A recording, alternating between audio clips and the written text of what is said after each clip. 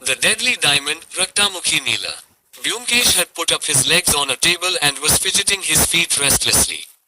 The newspaper was open on his lap. On this monsoon morning, we were spending an idle day at home. The last 4 days had been spent similarly. We were feeling depressed about spending this day in the same way. The constant movement of his feet did not disturb his concentration. He was reading the paper. I was smoking a cigarette. None of us was exchanging any words. But how long could we keep quiet? Just for the sake of talking, I said, "Is there any news?" Byomkesh spoke without lifting his eyes from the paper. "The news is serious. 2 culprits have been released." "Hopefully," I said. "Who are they?" "One is Sharat Chandra's Charitrahin. He has been released in some cinema halls. The other is Ramanath Niyogi. He was released from the Alipur jails. It is a 10-day-old news, and Kalketu has kindly published it only today." He turned the paper in frustration and got up. I realized that he had lost patience because of this dearth of news. It was unfair that on such a rainy day there was no crunchy and hot news. I asked, "Who is Ramanath Niyogi?" Byomkesh began pacing the room. He looked out of the window towards a dull and wet day and said, "Niyogi is not an unknown person. A few years back his name was published in large print on newspaper." "You have not answered my question. Who is he?" "He is a thief, not a petty pilferer but a jewel thief. He was as intelligent as bold and daring." Byomkesh heaved a sigh of regret. "Nowadays one doesn't find such great criminals." I said sarcastically, "It is really the misfortune of our country." "But why was his name printed in large letters?" "Because at last he was caught and tried in a court of law." Byomkesh picked up a cigarette from a tin and lit it carefully, relaxed in his chair and said, "I still remember the incidents although it was 10 years ago. I had just started my work. It was long before I met you." I noticed that though he had started talking casually, he was gradually becoming animated as he recalled the past. I thought that it was better to listen to an interesting story on a dull, lazy, rainy day, rather than be bored. So I said, "Tell me the story." Byomkesh said, "There is no story, but the whole incident is a mystery to me. The police had worked very hard and showed some success too but could not retrieve the real thing." "What was the real thing?"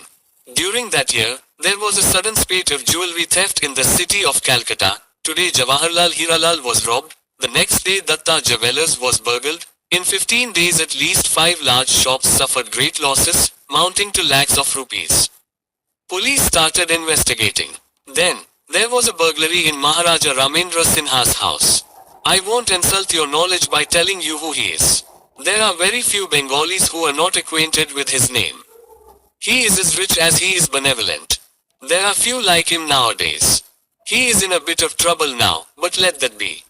He was a collector of precious stones. The stones were displayed in a glass case in a room in the 2nd floor of his house. The room was guarded continuously, and very well. But even then there was a break-in. 2 guards were found lying unconscious and quite a few jewels were stolen. Maharaja had a blue diamond in his collection. He treasured the stone because he thought that it brought him luck. He wore it in a ring. But lately the stone had become loose. So he had kept it in the room and was thinking of calling a jeweler to reset it in another ring. This blue diamond was also stolen. I don't know how much knowledge you have of diamonds. But blue diamonds are rare and exquisite stones. The value of blue diamonds doesn't depend only on their weight but are priced, especially in our country, on their powers of changing the fortune of a person. The blue diamond is supposed to be the stone of the planet Saturn. It is common belief that if a blue diamond is worn and it suits the person, he can rise from rags to riches, and if it does not suit a person, he can become a pauper. The effect of the blue diamond is either very good or very bad depending on the person wearing it, and whether it suits the person. So the value of these blue diamonds is not determined by their weight. I have seen a Marwari gentleman paying thousands for a tiny piece of blue diamond. I am not superstitious by nature, but even I have been forced to admit the powers of this particular stone. Anyway, when this diamond was stolen from his house, the Maharaja raised a great hue and cry. Although he had lost thousands of rupees worth of precious stones, he was most concerned about this particular diamond. He announced that even if the thief was not caught, and if anyone could give him back the diamond, he would reward him amply. The police started investigating with great gusto. They even employed their detective Nirmal Babu for the job. Nirmal Babu is unknown to you, but he is really very intelligent. I was fortunate to know him. He has retired now. Within 7 days, Nirmal Babu recovered all the stolen jewels with the burglar, who was no other than a Ramanath Niyogi. Although all the stones were found after searching his house, the blue diamond was missing. Later, Ramanath was consigned to the jail for 12 years after a long court case. But still the diamond was not found. Ramanath refused to speak. But Maharaja Ramendra Sinha began pressurizing the police to retrieve his diamond. So much so, that after 3 months of imprisonment, Ramanath's cell was searched by no other than Nirmal Babu. Police spies in the guise of prisoners had informed that they had seen the stone on Ramanath. But nothing was found. Ramanath was in Alipur jail at that time, but where he had hidden the diamond in that small cell was a real mystery. The police gradually gave up the search. Byomkesh was silent for a few minutes, then spoke to himself. Strange problem, where could a prisoner hide a stone as big as a cardamom pea? If I was investigating the case, I may have found it and could have won the reward. In the middle of Byomkesh's soliloquy we heard footsteps on the stairs outside. I sat up. That must be a client, Byomkesh. Byomkesh listened attentively and said, "Old man, costly shoes, they can be heard even on this rainy day. Probably roams around in cars, so he is wealthy." He limps a little. Suddenly in an excited voice, Byomkesh said, "Ajit, look out of the window and see if a huge Rolls Royce is standing at our door." "Yes." "Then I am right." "What coincidence, Ajit, the person we were speaking of, Maharaja Ramendra Sinha, has come to me. Do you know why?" I said excitedly, "I know, I saw the news in the paper. His secretary Haripada Rakshit has been murdered recently, maybe that's why." There was a knock at the door. Byomkesh welcomed the visitor warmly and reverentially. Although I had often seen his photographs in newspapers, this was the first time I had seen him in person. There was no pomp or grandeur surrounding him. He seemed a simple, frail person. There was some problem in his leg for which he limped a little. He was over 60 but his skin was not wrinkled. He had an air of calm dignity. Maharaja smiled questioningly at Byomkesh. He was a little surprised too. "It seems from your expression that you were waiting for me. Did you guess that I was going to visit you?" Byomkesh too smiled. "I can't believe my good fortune. But when the police could not solve the murder of your secretary, I hoped that you might ask for my help. But first, please take your seat." The Maharaja sat on a chair and said slowly, "Yes, 5 or 6 days have already passed. The police have been able to do nothing. So I thought I would pay you a visit, hoping that you might be able to help. I had gradually become very fond of Haripada, besides the way he died was terrible." The Maharaja stopped a while. "Of course, he was not a saint.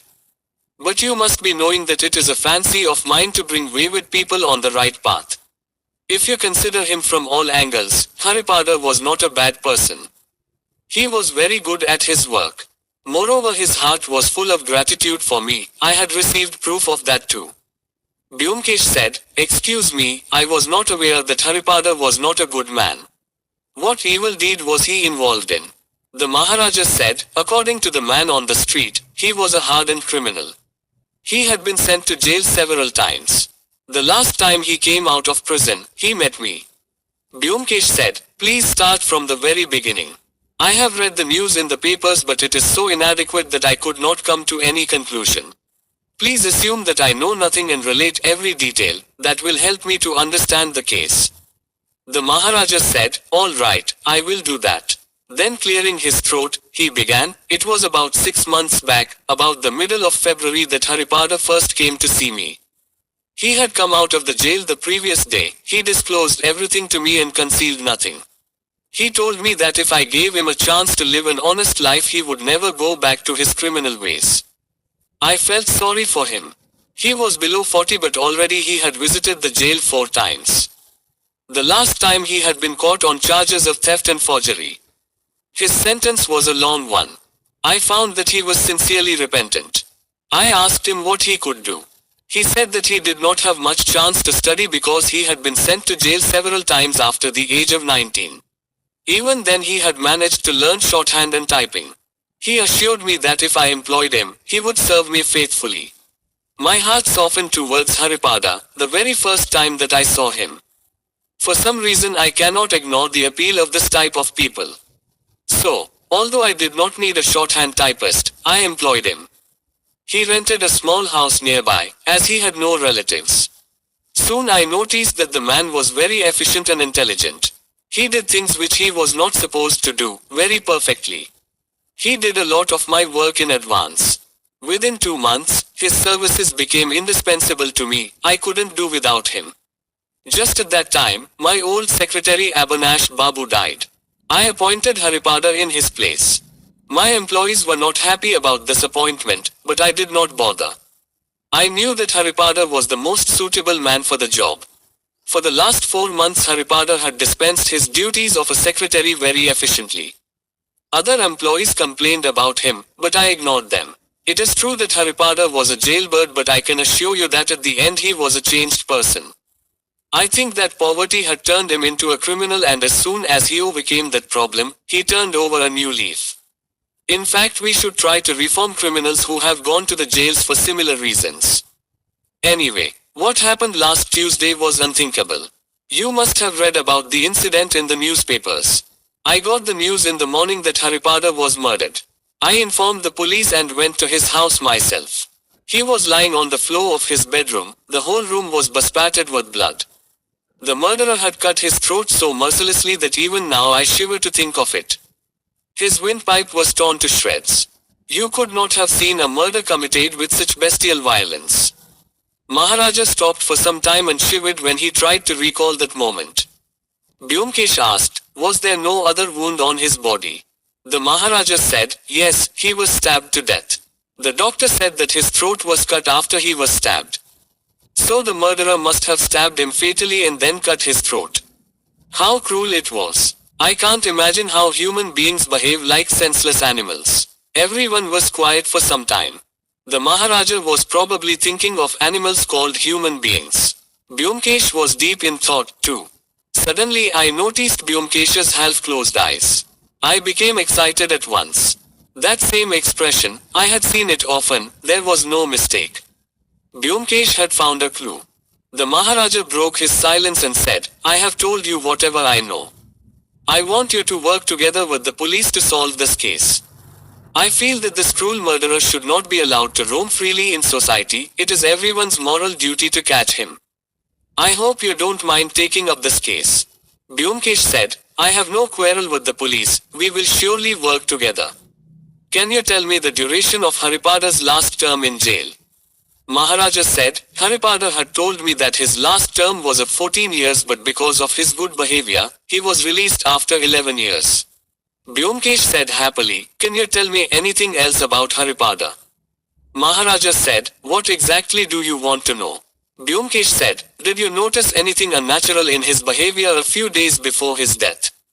The Maharaja said, yes, 3 or 4 days before his death, Haripada was doing his work near me one morning, when he became very ill. Looking at him I felt that he was terrified for some reason. Was there no one near you at that time? The Maharaj thought for some time and said, I was going through the applications of some people who were asking for alms. One petitioner was present there. Haripada took ill in front of that man, did he? Yes. After a minute of silence Byomkesh asked, can you think of anything else?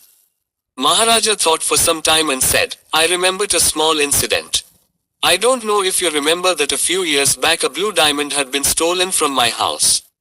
Yes, I do remember. You must be knowing then that I had announced a reward for its return. I know that too, but I don't know if the reward still stands. The Maharaja said, this is the question Haripada asked me when he first took the job of a typist. I was surprised because I had given up all hope of even getting back the diamond. What answer did you give to Haripada? I said that I will certainly give the reward if I get back the blue diamond. Byomkesh sprang up, if I ask you the same question, will your answer be the same too? The Maharaja looked surprised, yes, of course, but, Byomkesh sat down again, do you want to know the name of Haripada's murderer? The Maharaja was stunned, he said, I can't understand anything. Do you know the name of Haripada's murderer? I know the name, but it is not my job to gather evidence against him. That is the job of the police. I will only tell you his name, then the police can search his house and find the proof. I don't think that will be difficult. This seems like magic. Do you really know the name of the culprit? The Maharaja asked, overwhelmed. Right now I am just assuming, but I know that my assumption will not be wrong. The name of the murderer is Ramanath Niyogi. Ramanath Niyogi. The name sounds familiar. Of course it will sound familiar. 10 years back, he had stolen your diamond. He has just come out of jail. Yes, I remember, but why did he kill Haripada? What was the relation between the two? There is a relation between them. If I go through old documents in the prison, it will become clear. But it is now nearly 11. I won't detain you here anymore. If you please come back here at 4 in the afternoon, everything will become clear to you. Maybe you will also get back your diamond. I will see to everything. After bidding goodbye to the stunned Maharaja, Byomkesh started getting ready to go out. I asked, where are you going out so late in the day? He said, I will have to go through some old papers in the jail office. Besides, I have other things to do. I don't know when I will return. If I get time, I will have lunch in some hotel. Saying this, he went out with his raincoat and umbrella in the pouring rain. He returned at about 3 in the afternoon. While opening his shoes, he said, I am very hungry. I haven't eaten anything. I will have a quick bath. Puttiram, please prepare something for me. At 4, the matinee show will begin. Surprise. I said, what show? Where? Byomkesh said, don't worry. The show will be held here in this room. Ajit, please place a few more chairs for the spectators. He went in to bathe. While he was eating, I asked, what did you do the whole day long? Byomkesh put a large chunk of omelette in his mouth. Chewing with great relish, he said, I have a friend in the jail department. I went to him first. Then I went through the old records and found that my assumption is correct. What was your assumption? Byomkesh ignored my question and continued speaking. After finishing my work there, I went to Bidhu Babu, the police inspector. The area in which Haripada was murdered falls under his jurisdiction. The police officer in charge of the murder is Purna Babu. I explained everything to Purna Babu. Then I buttered Bidhu Babu sufficiently to get my work done. But, what work? I asked desperately. The work is to find Ramanath Niyogi's present address. Secondly, to arrest him and search his house. It was easy to find his address, but the search was fruitless. The only thing discovered in his room was a huge, sharp knife. It has been sent for forensic test to find traces of human blood.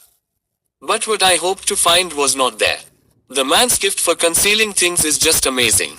What thing? The Maharaja's diamond. Now what will you do? Some acting. I will strike at the root of the superstitious fear in Ramanath. Let's see if I get any result. There. The Maharaja has arrived. The others will soon arrive too. Who are the others? Ramanath and his custodians. They will come here. Yes, that's the arrangement I made with Bidhu Babu. Puttiram, remove these dishes.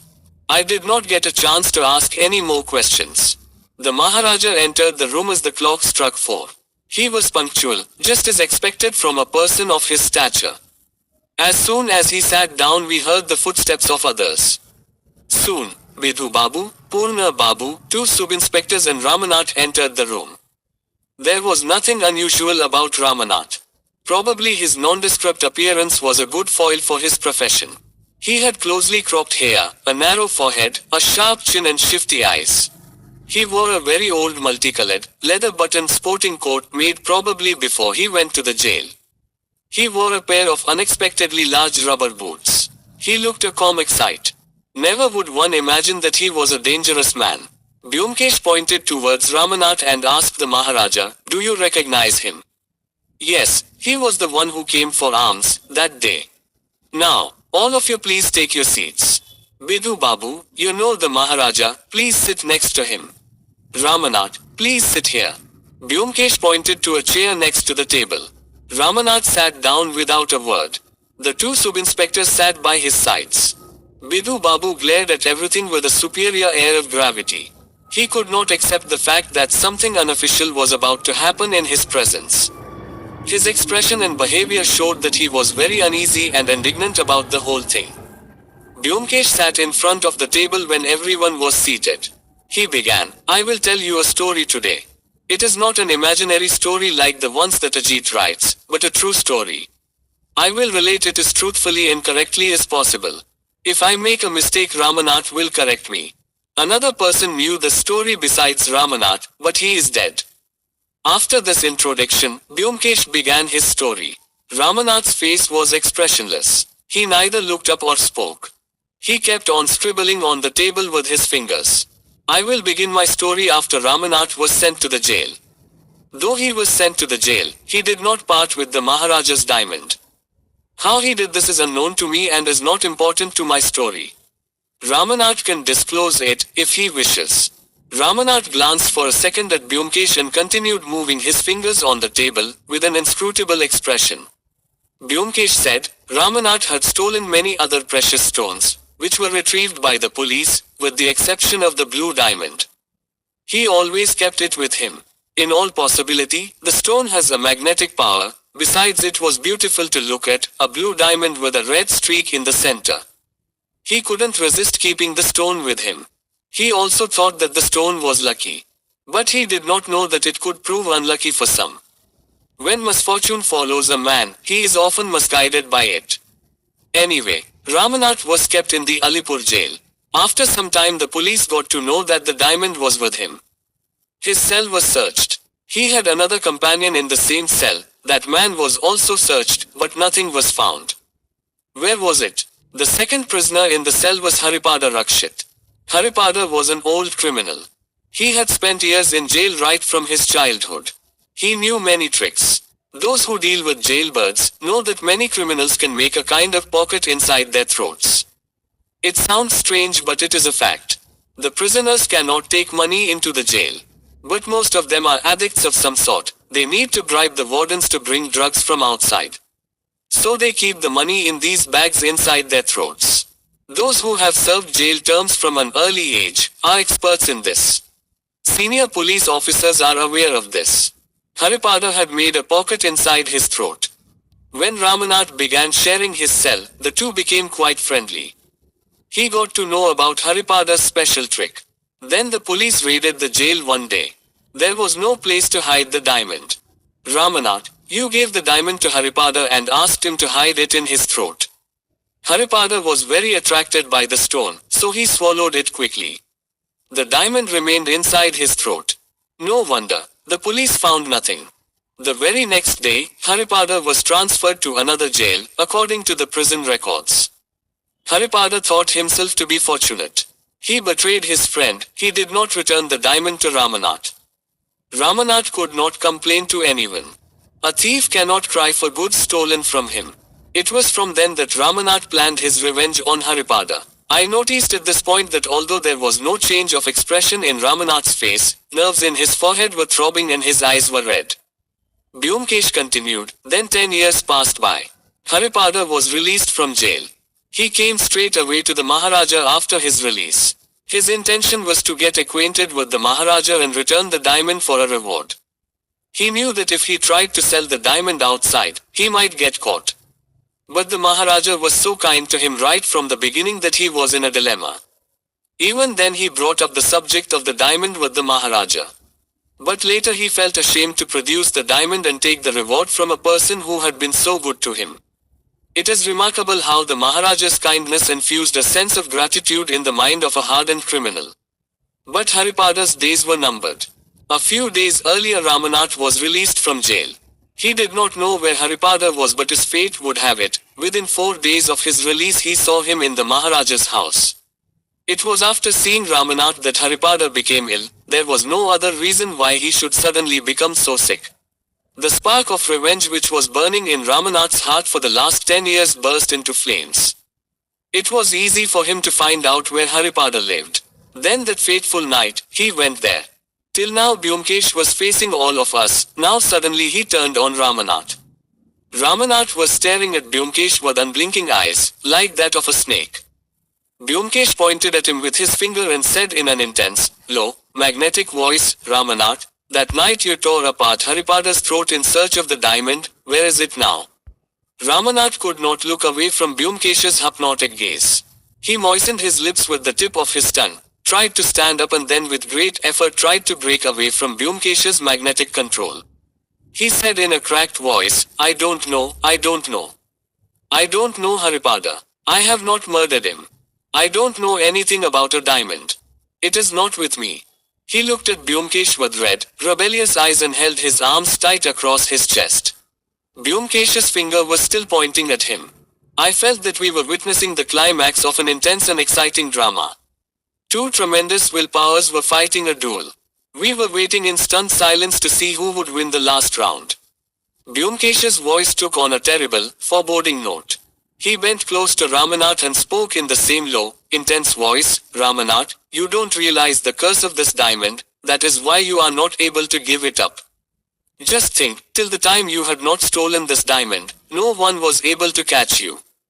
As soon as you stole it, you were caught and sent to the jail. Then think of what happened to Haripada. He had hidden the diamond in his throat. Look what happened to his throat, no one knows it better than you. If you want to live, give back that terrible diamond. It is not a diamond but poison from cobra. If you wear the diamond in your hand then your hand will be chained. If you wear it in your neck, you will be hanged. That diamond will make you hang in the gallows. Ramanath stood up with an indistinct sound. We did not realize the terrible storm that was brewing in his heart. He looked around like a madman then tore a button from his coat and threw it away. He screamed with terror, I don't want it, I don't want it. Take away your cursed diamond, let me live. Saying this he heaved a great sigh and fell into a swoon. Byomkesh wiped the sweat from his brow. I saw that his hands were trembling. He had won in the fight of wills, but it had taken a toll on him, too. He picked up the button thrown away by Ramanath, tore away the leather covering and said in a trembling voice, Maharaja, here is your diamond.